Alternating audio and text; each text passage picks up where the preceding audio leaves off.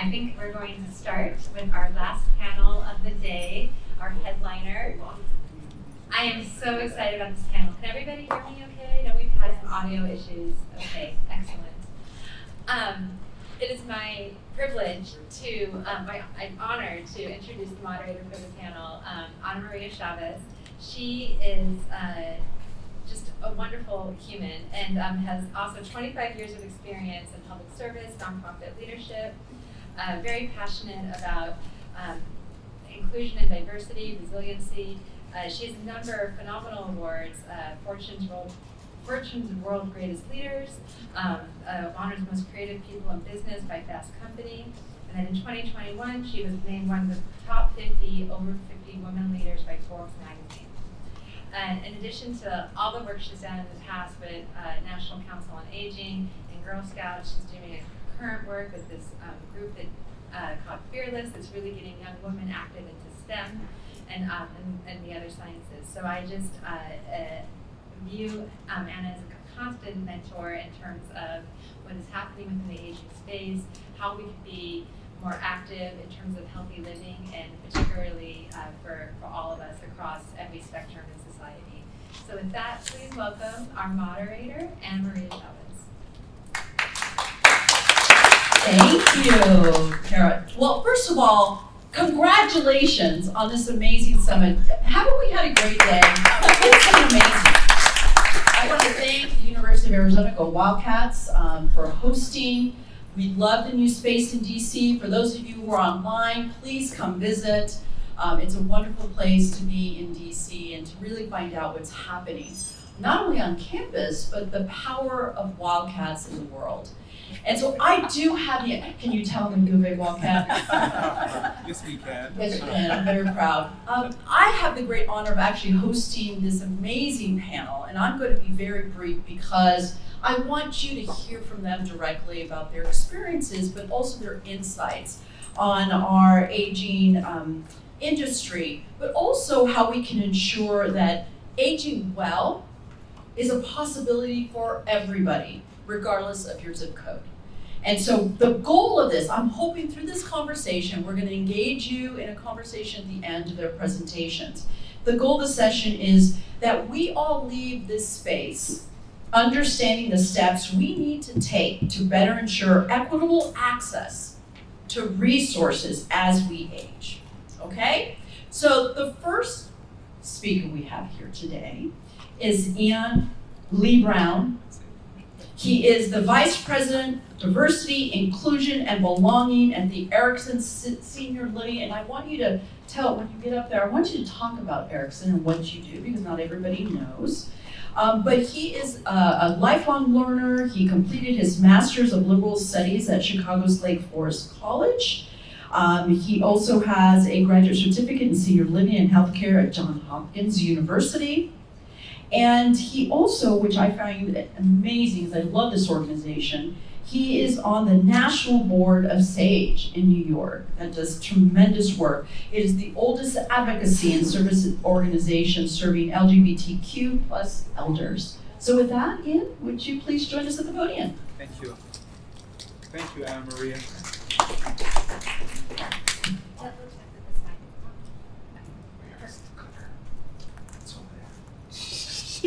It's been a long day. How's everybody doing today? It's really great to be here. Thank you. And it's great to be a part of this panel. I'll talk a little bit about Erickson. Erickson is a national developer and operator of continuing care retirement communities. The company is based in Baltimore. We operate communities across the country. They're campus-style setting with the full continuum from independent living to memory care, assisted living, and of course, skilled care. We serve about 30,000 residents, and on our campuses we have about 15,000+ employees. It's a really cool spot to be a part of. Our mission at Erickson is that we share our gifts to create communities that celebrate life. So I want to talk a little bit about oh, there we go. So I want to talk a little bit about some of the things that we're doing at Erickson. My focus at Erickson is on how do we create the best, the most inclusive company environment for residents to thrive, to live better lives. And we always say that we can't do that without employees who are highly engaged. So in 2018, we actually did a study. It was an in-depth set of focus groups with age and income qualified prospects from Bethesda, Maryland in this area to Denver and Boston. And we looked at African Americans, we talked with African Americans, prospects, gay men, lesbians, Latinos, and Asian and Pacific Islanders. And I want to share with you some of the takeaways from that. The research objectives was we wanted to explore diverse prospects, knowledge, attitudes, and expectations and desires as they relate to senior living. We want to provide insight and direction on how to better explain and just generally talk about the services that we offer and why it would be an incredible opportunity for diverse prospects to move onto our campuses. So I want to share with you some of the roll clips from some of the things that we heard from prospects. They say some places you see the little rainbow flag, sometimes on literature, and that's sort of helpful. Some sort of identifier that tells me I'm welcome. And this is from the LGBTQ community. We now have rainbow hearts on pretty much every single collateral that we put out into the community. Another roll clip is, I really hark back to my culture. I want to feel they're familiar with my culture and offer the things that I would like. We want seniors to age really well within our communities and to feel welcome. I like soul music. I like Southern cooking. I want something I can relate to, so I'm comfortable when I walk into the door. It's really cool information that we've gotten from folks and are using these to inform what it is that we're doing. Roll clip, professional staff, people who have been trained to be inclusive of clients when they come in the door. People who are self-aware, who are vulnerable, who are empathetic, who are curious and compassionate and invite curiosity to the table. If you're from a different culture, you should have rice and beans. That's simple things that folks are asking for, rice and beans in a while. They should get your culinary history and find out what you most enjoy. Simple things that aging seniors are actually asking for. The activities, for instance, where they show movies, they can be all from European aspect. It has to be even displayed in social activities. It can't be all square dancing. We don't just want square dancing. Folks want other things on the campus. So these are some of the things from our roll clips. So focus group takeaways. 6 areas of opportunity for us. And we've been moving in warp direction on these. Signs of inclusion. What folks are asking, they want signs of inclusion. Power of a picture. Language. Extend the every person brand. And amplify word of mouth and the product and the experience. What does that mean, signs of inclusion? It's that they are asking us to establish visual cues that let the prospect know the community is welcoming and inclusive within 1 minute of visiting. They want us to enhance an ambassador program by thoughtfully matching residents and prospects with the interests and lifestyles they bring. Power of a picture. What is it that people see when they walk in? Clearly portray diverse audiences in positive, aspirational ways. Avoid racial ambiguity. Show diverse group interaction in authentic settings. And add real residents, captions to photos to add credibility. And then from a language standpoint, refresh inclusivity language and value statement to ensure underrepresented groups feel valued, not just tolerated. Make club titles clearer, for example. Call it the LGBT club, not the equality club. We want to know that you actually really want to welcome someone who's LGBTQ. And certainly that's important to me. I'm a gay guy and I want that myself. Extend the every person brand. Be deliberate in creating opportunities for prospects to see, meet, interact and with people like me. Feature the successes of diverse residents in community communications. And then from a product and experience standpoint, feature residents and employees from diverse backgrounds in community newsletters, TV broadcasts, and in the Erickson Tribune that we send to hundreds of thousands of people across the country and expand the diversity, inclusion, and belonging efforts, and make sure a member of the sales staff is part of that as well, because the sales staff is really critical to our efforts as well. And so focus group takeaways, you've seen those. Here's what we're doing. Our next steps in terms of what it is that we're doing, inclusive leaders. We are driving this from the standpoint of ensuring that we're teaching inclusive leadership. And in our viewpoint, inclusive leaders are self-aware. And self-awareness allows you to be vulnerable. They're empathetic, they're curious, and they intentionally amplify the diverse strengths and motivations of their teams and honor relationships built on trust. And why focus on inclusive leadership? Because at the end of the day, what it is that we're looking for is belonging.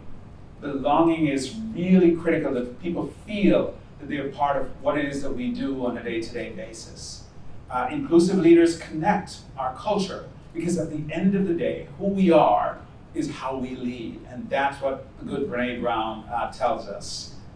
Diversity is having a seat at the table, inclusion is having a voice, belonging is having that voice be heard, and healthy aging is really about belonging. So I'm going to stop there because I know my time is up, but we'll get to some questions ahead of me. Thank you. Great job. I know 8 minutes goes quickly. I love that. Healthy aging is about belonging. And when we say belonging, it's just how we appear, how we want to be seen in an environment. So congratulations on your work, Erickson. It's wonderful. We are now going to hear from Robert Espinoza. What a pleasure to finally meet you in person. We're thrilled to have you with us. Robert is the Executive Vice President of Policy for the Paraprofessional Healthcare Institute, or PHI. And so he also has a wonderful background. In his current role, he oversees its national advocacy, research, and public education division on the direct care workforce. In 2020, congratulations, Robert, you were selected for the first ever CARE 100 list of the most innovative people working to reimagine how we care in America today. Whew, that's a lot of work. And you're one of Next Avenue's 2020 Influencers in Aging. Thank you for your excellence, and we're excited to hear from you today. Would you join us at the podium?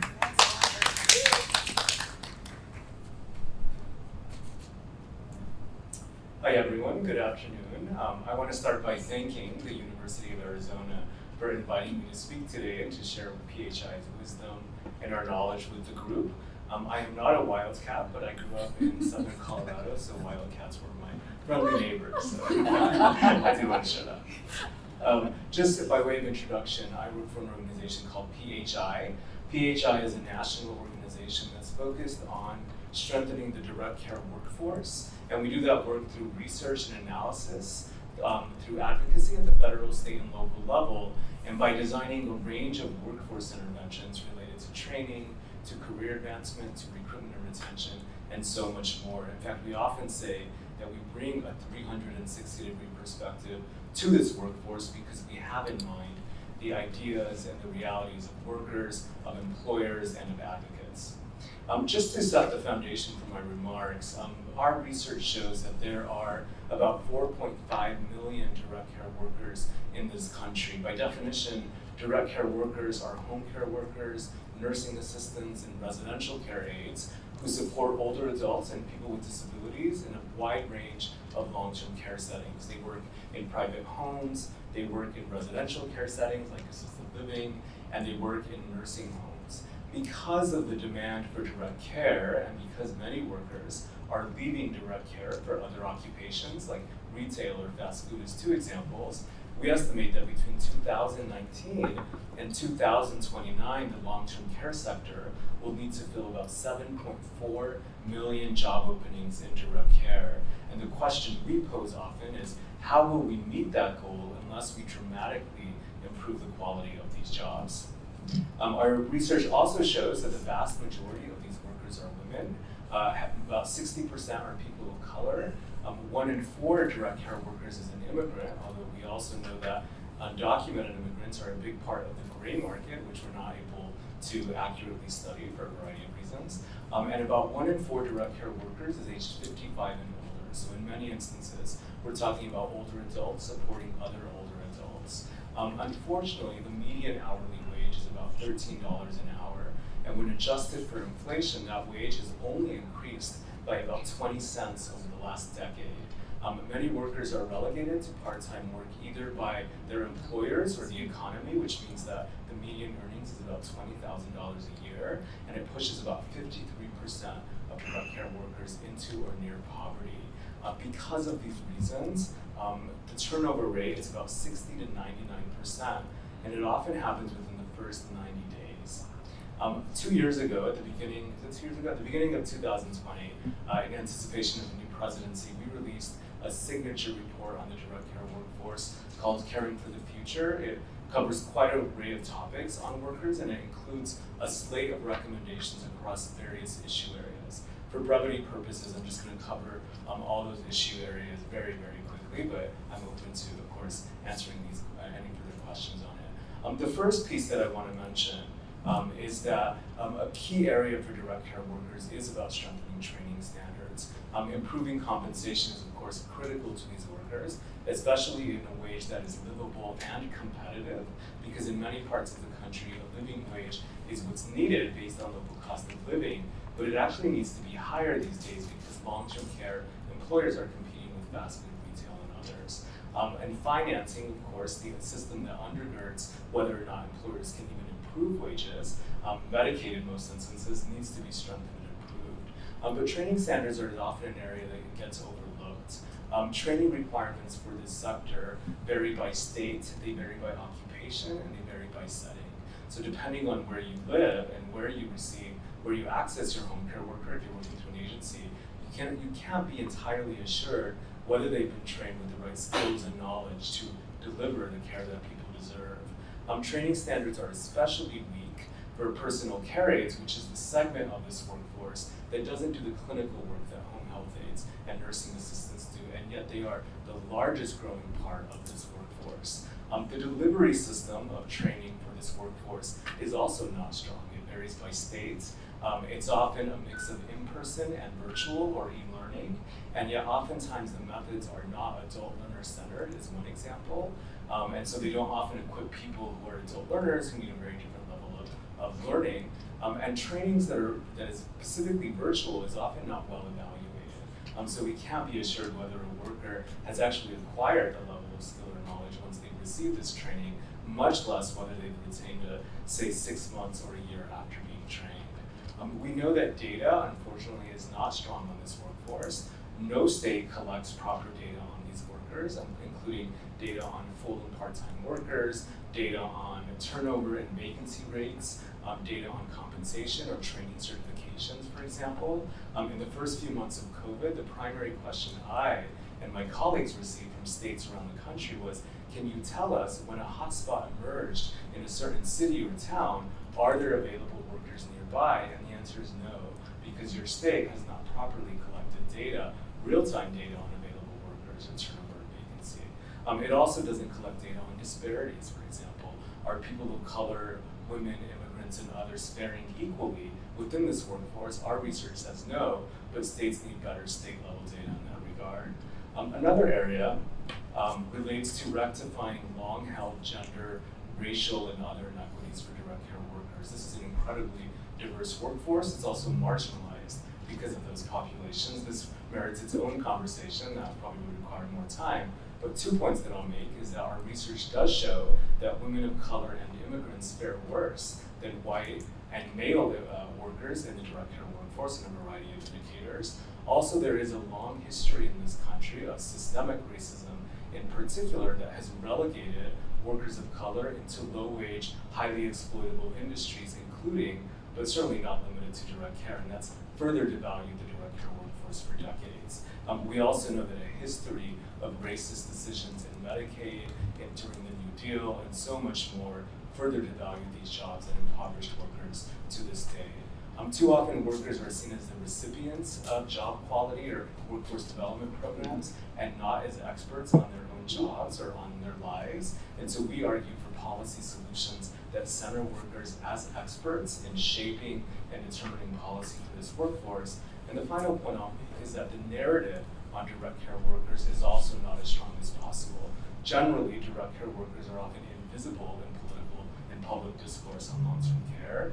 There are also narratives that workers are thieves or threats to consumers, and this is a popular media narrative that you see, or that direct care work is low-skilled or unskilled work, when in fact it requires quite a significant level of skill and knowledge to effectively succeed. Colleges and universities are a big part of the field in supporting workers. Oftentimes they provide training, advancement opportunities, they boost the pipeline of workers entering this sector.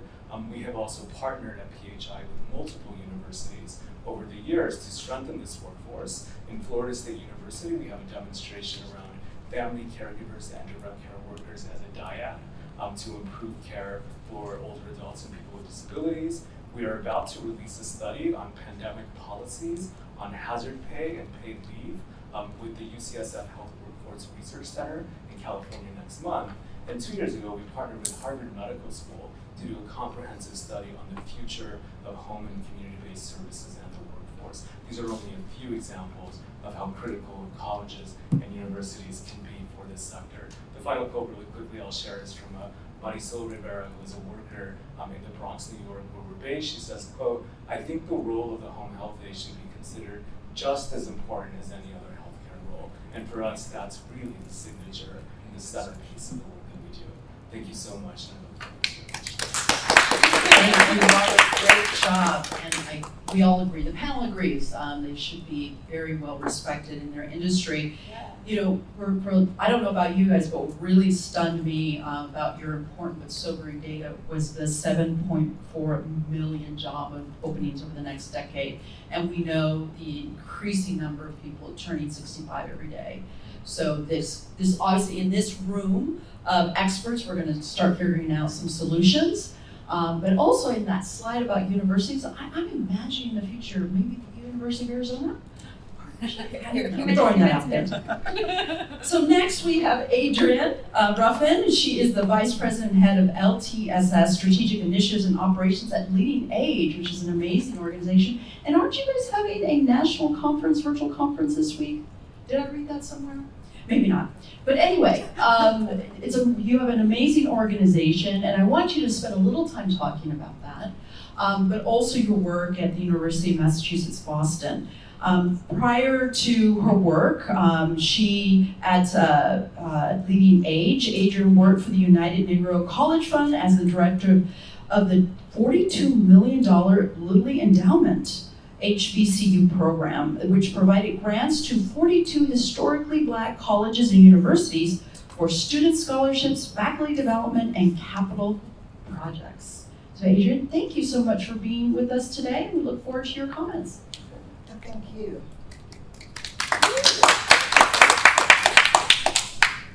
So the timing was great for me to follow Robert because he has the stats really to support a lot of the things I'll talk about.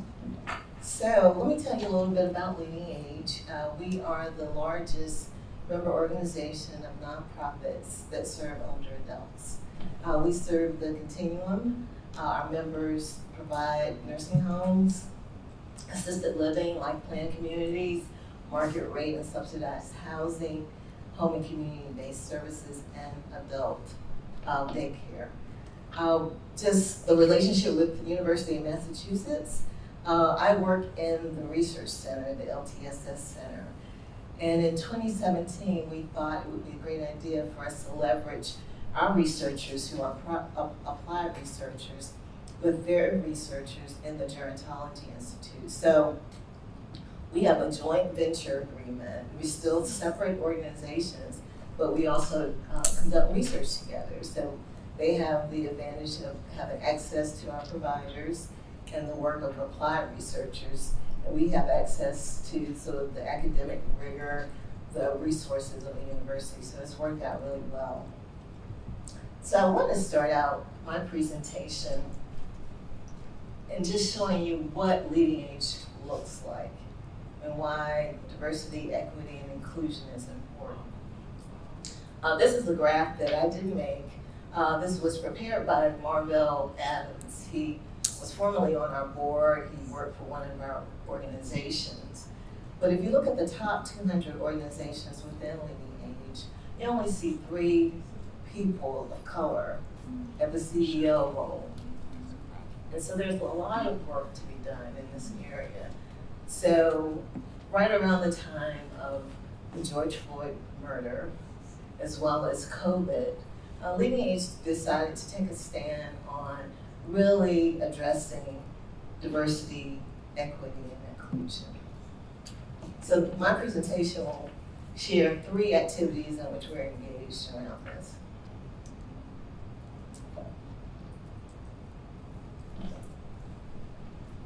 Okay, so I'm having problems with the slides. Okay, so if you look at the workforce, and Robert really talked about the workforce, if you look at the direct care workforce, over half are people of color, but if you look at the mid to executive level leadership, it's predominantly white. And so that impacts not only recruitment, but impacts retention. And so the LTSS Center, which is the research team of LeadingAge, decided to do some research, because you always have to have research to support where you're going. And so we did a literature review of what are the best practices to have a culture that's diverse and equitable and inclusive. We also interviewed 9 members who were starting to do work around DEI, and most of them are in the beginning stages, so they might have a DEI council or have some money in their budgets for DEI, but it's really early work.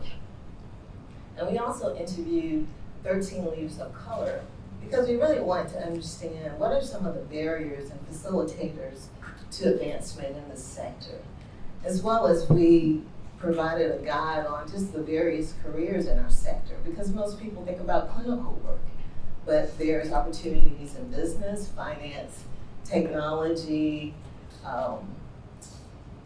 real estate, a range of opportunities that very few people know about. So that's how we started this. So we have 3 activities that really help us have impact on the workforce. Our first is our summer enrichment program. That's a 10-week immersive program where we pair college students with LeadingAge members.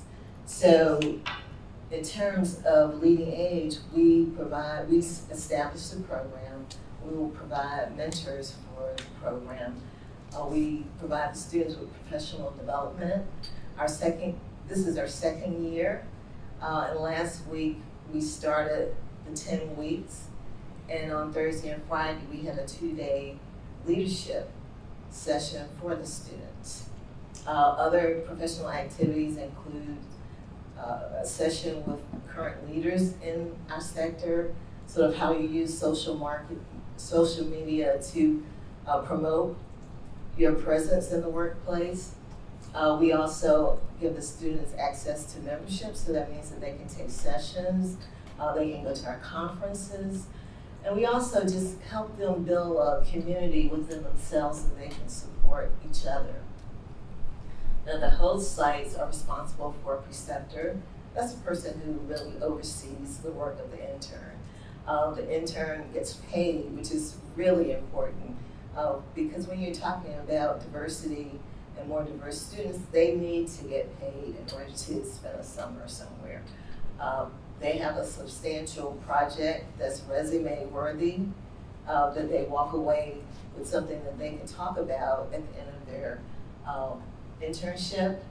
We expose them to not only the board at the host site, but also the senior leaders, so they understand how to exchange, how to talk to, how to work with senior leaders, and they can see the role of a senior leader.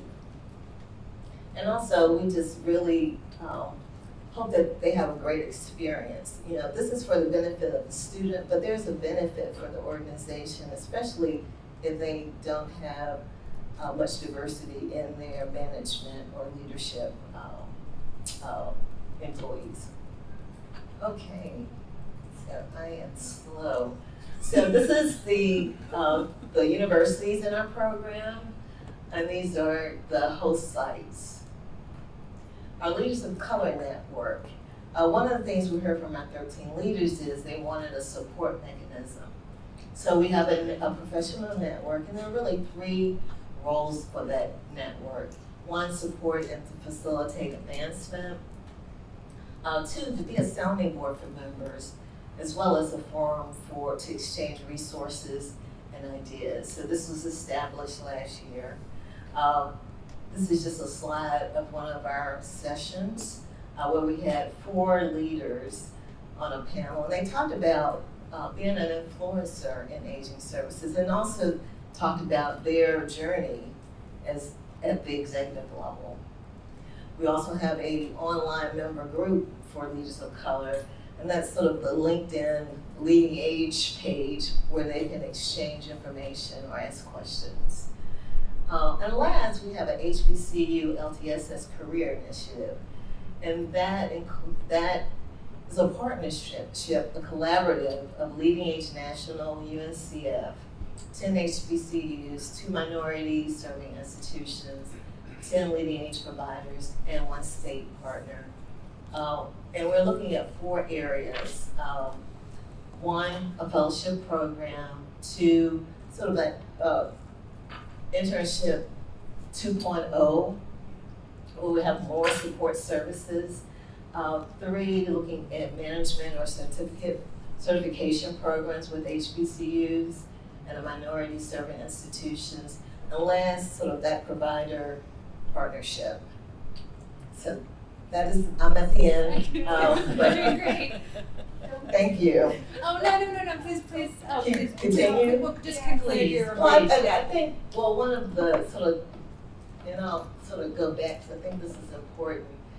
Here are our providers that are part of this. And these are providers that know that there's work to do and they're committed to it. And we're hoping that of those 4 areas, we can sort of get 2 of them that will be funded by a foundation. We have a smaller advisory group that will be working on that.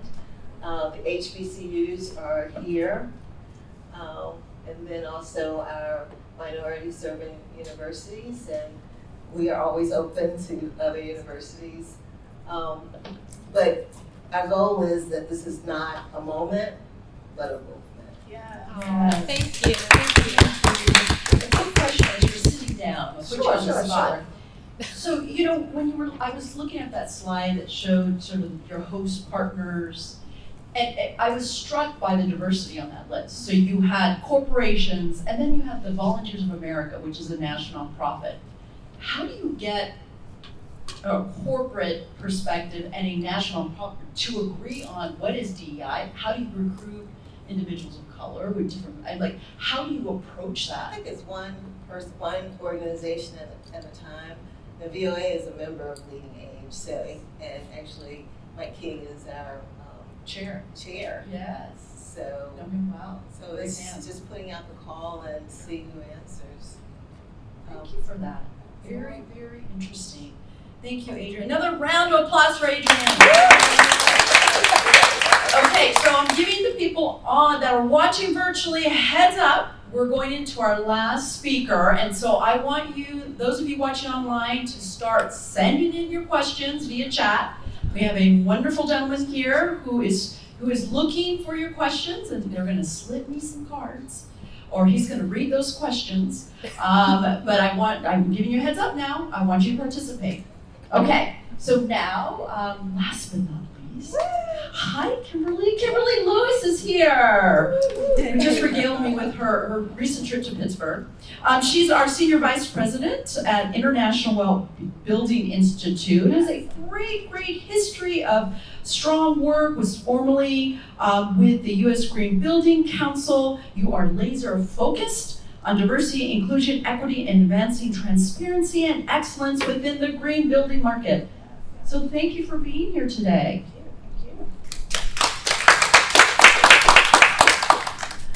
Thank you. It is an honor to be here today, and I'm excited because of the way you set us up, and Adrienne, because you were asking the question, how do we get folks aligned from corporations to institutions, and here I am. We are a public benefits corporation, the International Well Building Institute, that is all around focusing and driving health and well-being for buildings, communities, institutions, organizations.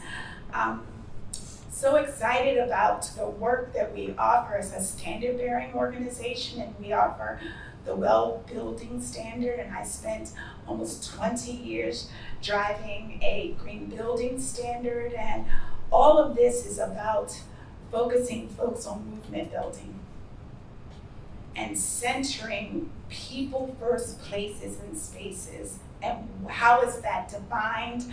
What is the consistent narrative, which you spoke about?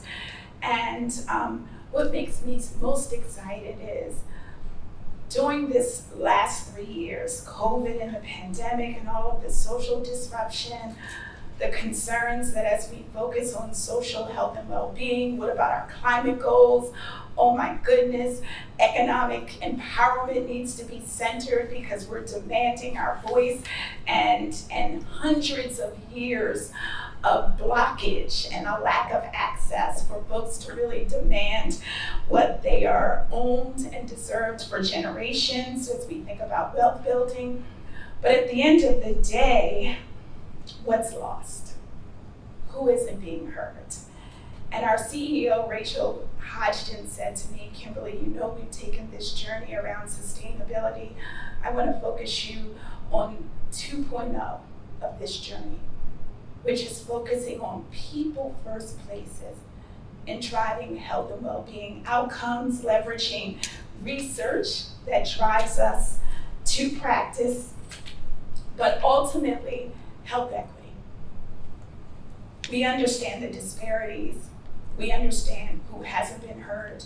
We understand how long it takes to drive and create a culture of belonging.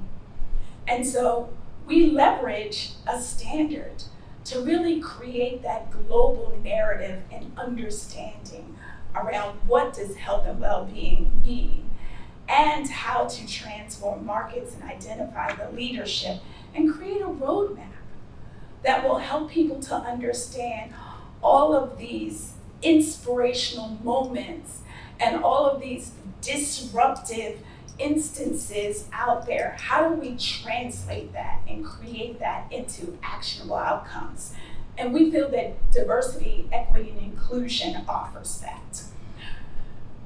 We have the Well Building Standard that is inherently equitable. The features therein are connecting these dots, but we wanted the opportunity to create a rating that really earmarked and focused us centrally on how to create accountability, drive a consistent, I would say, strategies and features that really, instead of boiling the ocean, gives people a specific understanding of how people show up in the built environment, in the communities, and in our policies that are very intentional, that will lock people out, keep certain communities flourishing when we all want to thrive. Our goals are to transform the market, drive accountability,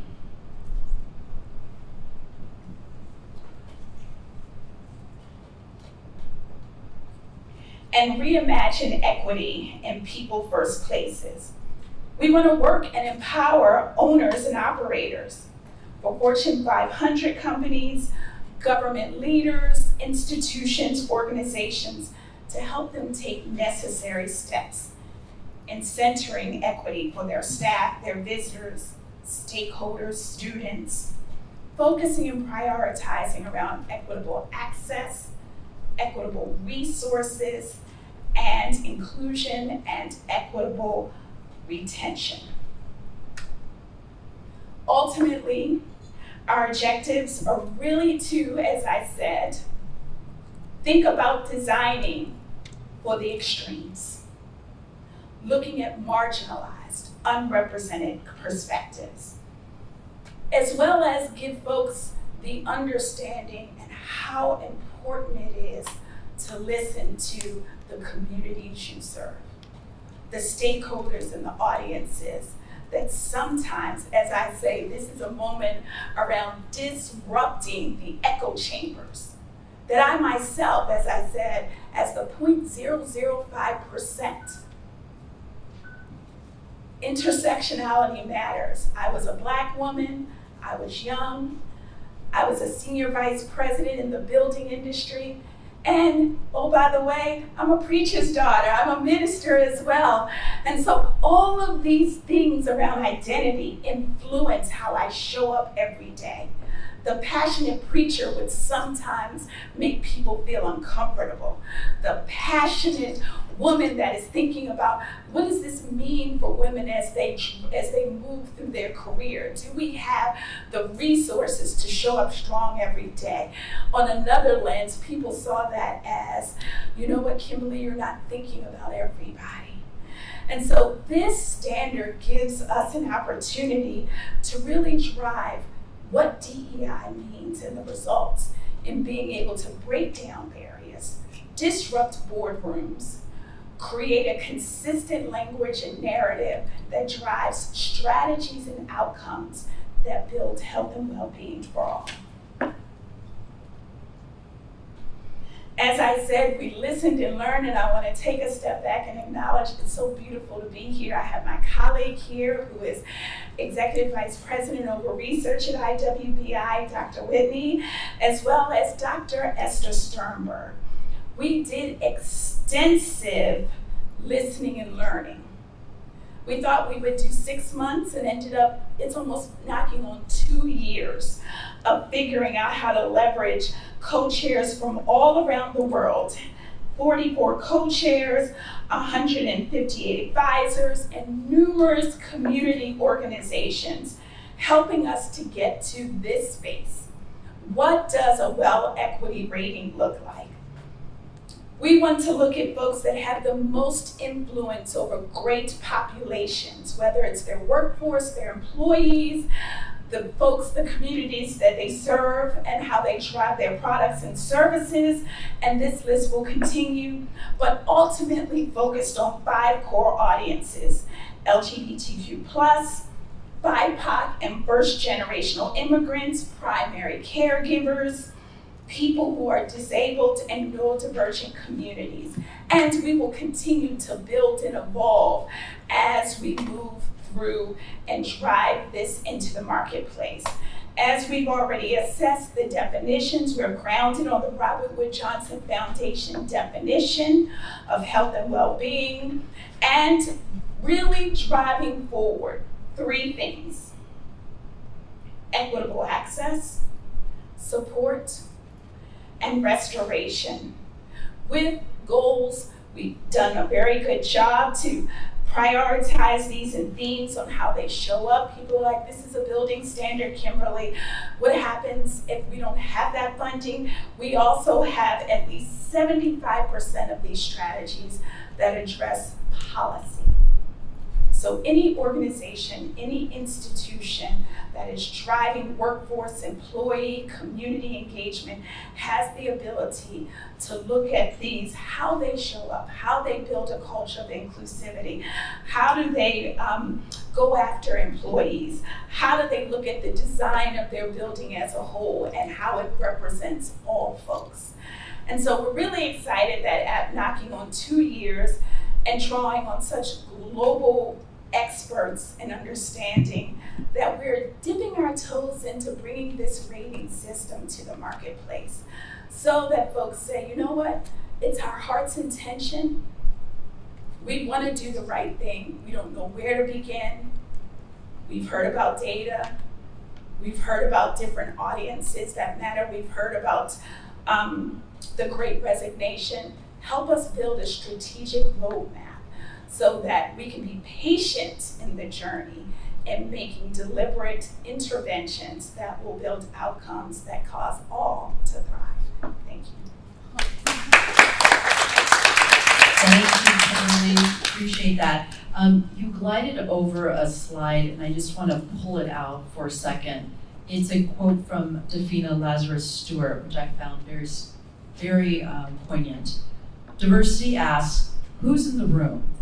Equity responds, who is trying to get in the room but can't? Whose presence in the room is under constant threat of erasure? Inclusion asks, has everyone's ideas been heard? But justice responds, whose ideas won't be taken as seriously because they aren't in the majority? I think it's one of the reasons I went to law school at the U of A, is to advocate for those who aren't in the room when decisions are being made. And I think as a panel, I think you've done a good job of describing the current state of our workforce. How to recruit individuals who represent the populations we're trying to serve. And I think what I'd like to entertain right now with the audience and those online is, we've seen this data. I've been working in aging now for 25 years. We knew there was going to be, by 2020, 10,000 people turning 65 every day. The data was there, right? Why is it there's still lack of workforce opportunities? Why is it such a low-paying role, right, when it's such an important role in our society? And what will it take? I guess I'm going to give you this question as a panel. What incentives, are there incentives that can be used to ensure that equity reaches the workplace? That we see more than 3 people of color leading a LeadingAge organization. That's just stunning to me, although I should know better. I was the first woman of color to lead the Girl Scouts in 100 years, the first person of color to lead the National Council on Aging, first person of color to lead the National School Boards Association. It's 2022. What are those incentives? What's the responsibility we have as experts in this arena to ensure that we see more equity around the table? Does anybody want to try to answer that? Well, what I do want to say is, you all have shown the data, and it's very clear that we're moving into a different, it's a shift and a paradigm shift around who, I would say the employee's voice no longer, they're going to be silenced. They are demanding to understand transparency, how you show up. The marketplace, our next generation leaders are really embracing this cancel culture moment around performative actions that corporations are taking to share and communicate they're committed, but we're not seeing it on their boards. We're not seeing it in how they show up from a budgetary perspective. Where do they put their investments? And they're seeing it, people are looking at, where does the ceiling show up? Are there folks of color, as the data has shown throughout leadership? Can they see themselves expressively? One of the reasons why I left, I thought I would retire in the place that I was before. I was there almost 20 years. But when my organization made a young woman who is lesbian, who had just married her partner as the CEO of a building industry organization, and her first message was, I never saw myself. I really didn't live out fully the intersectionality of where I stand. And she wanted to come forth as a proud LGBTQ+ leader. And she understood that the new employee wants to know that. They want that transparency. They want that authentic message. And so when she came forward with sharing holistically her story and her journey and her vision, which is focused on not just health and well-being for the wealthy, but to focus on health equity, that disrupted my space and place. And it drew me out of a comfort zone, and others began to shift and look at this organization differently. So I think, as I've said in past speeches, the definition of the modern corporation business of organization will reflect a more just, equitable, and diverse and inclusive culture from top to bottom and bottom to up. You can either step in or be left behind. Anybody else? Yeah, I would like to tackle it in a different way. In the direct care workforce, one of the ways in which inequities and diversity play out is in regard to immigrants. Research shows that 1 in 4 direct care workers is an immigrant. And when you look at the national discourse, or when you talk to employers and state leaders, et cetera, there's often two kind of conflicting perspectives that are at play. One is this idea that it's a time of an incredible workforce shortage. How are we going to fill this demand that I mentioned through stats? And then there's this reality that there are millions of undocumented immigrants who, if offered a pathway to citizenship, could actually build the pipeline and be supported. And yet our country has become increasingly hostile to immigrants, especially in the last 5 to 7 years. Look, there is no issue that we post about at PHI on social media that generates as much vitriolic content as anything that we post about immigrants. And it can be a basic study, it can be something that an actual policy recommendation. And so I think, moving from an incentive, there are incentives, and I think as a country we should think about kind of the cultural currents that are preventing in long-term care and in the aging world us from seeing solutions that are literally in front of us. I mean, we could address the workforce shortage, maybe stop it in its tracks if we capitalized on a sector of immigrants who are in this country, and possibly if we thought about recruiting immigrants from countries, especially immigrants that have backgrounds in healthcare and long-term care, who would, I think, appreciate the opportunity to contribute to this sector. So I think it's both about incentives, and it's also about confronting kind of the overt and explicit biases in this country. Yeah. My sense of it is that, Anna Maria, I think institutional racism is still very, very much a part of our lives on a day-to-day basis, and how do we tackle that? I mean, at the end of the day, there is, I think we talk a little bit about board development and so forth, and I think it's going to be really, really important for us to shake up what's going on within those boards. How many diverse folks who are on those boards who can then hold CEOs and leaders accountable? Because from that standpoint, how do we put goals in place to say to a CEO, this is really important for you to build a diverse pipeline.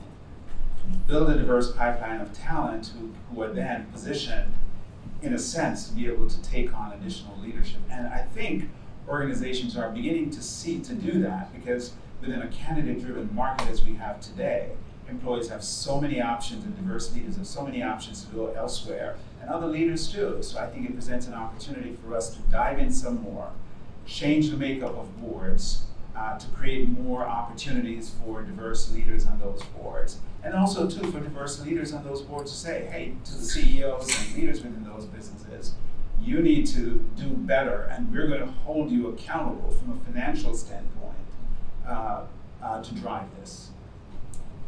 I mean, one of the things that we did at LeadingAge is make sure we had the right partners in the room. You can't say you want diversity and the room look the same. So you have to partner with people that can bring you the candidates. And I think that's one of the draws for our initiative, is that we invited HBCUs and providers to come together and talk so they could both understand the situation in terms of LTSS and the need for more diverse leaders. I mean, we made the decision that our focus on diversity would be racial and ethnic diversity, because you can't boil the ocean. And so that's the lane in which we're operating. And so if that is of interest to an organization, you can't keep just all your white colleagues in the room. You have to bring in universities or places that produce the leaders you want. So that's important. I'm sorry. No, go ahead. I was just going to say one of the slides in my presentation is that I talk a little bit about the idea of inclusive leadership and what that should look like, and what is it that organizations should and must do to teach what that actually means. Because when you teach inclusive leadership, when you teach the ideas around self-awareness, the willingness to be vulnerable, to understand, to be empathetic to different audiences that are amongst you, and to invite those, to be curious enough to invite those perspectives that will drive compassion and ownership of the things that we should be doing on a day-to-day basis, and to basically, and also too, for a lot of these leaders to say, hey, you know what, I want to learn more. I want to understand more so that I can invite these other perspectives to the table and then turn the tide in terms of the populations that we invite to grow in leadership. But we haven't done a good job in terms of teaching this whole idea of what it means to be an inclusive leader and showing the impact of what that can do from a business impact standpoint on an ongoing basis as the demographics shift. I think you all make a good point that it's, we're here talking about innovations in healthy aging, and we've talked about, obviously, the need for, from a social perspective, to include diversity around the table. But we're also talking about an economic impact, right? If you don't have the workforce to actually serve your clients, it's going to impact your bottom line.